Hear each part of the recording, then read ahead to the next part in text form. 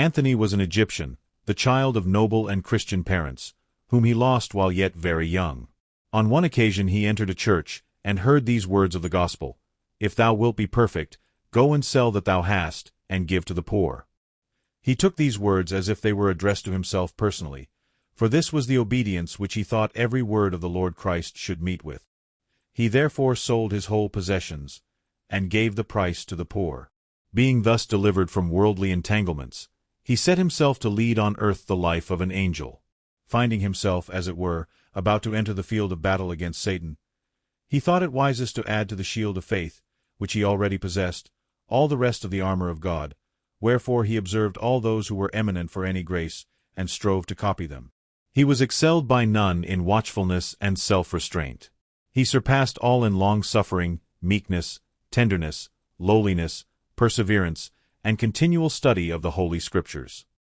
He had such a loathing of the company and conversation of heretics and schismatics, especially Arians, that he used to say that a faithful Christian ought as far as possible never to come near any such. He took the sleep which was needful for the body lying on the ground. Such was his devotion to fasting, that he took nothing with his bread but salt, and drank only water.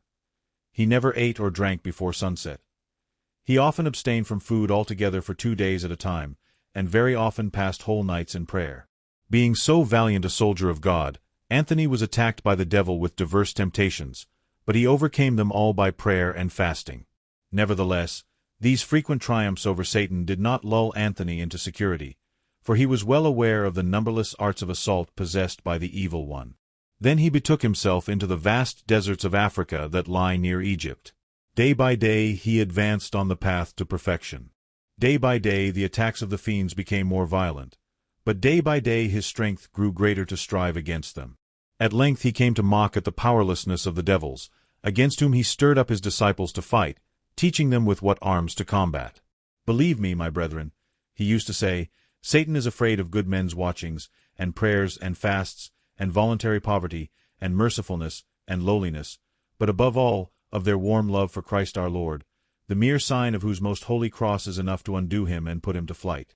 He became such an object of dread to the devils, that many persons throughout Egypt who were tormented by them were delivered by calling on his name. Moreover, the fame of his holiness was so spread abroad, that Constantine the Great and his sons wrote to him to commend themselves to his prayers.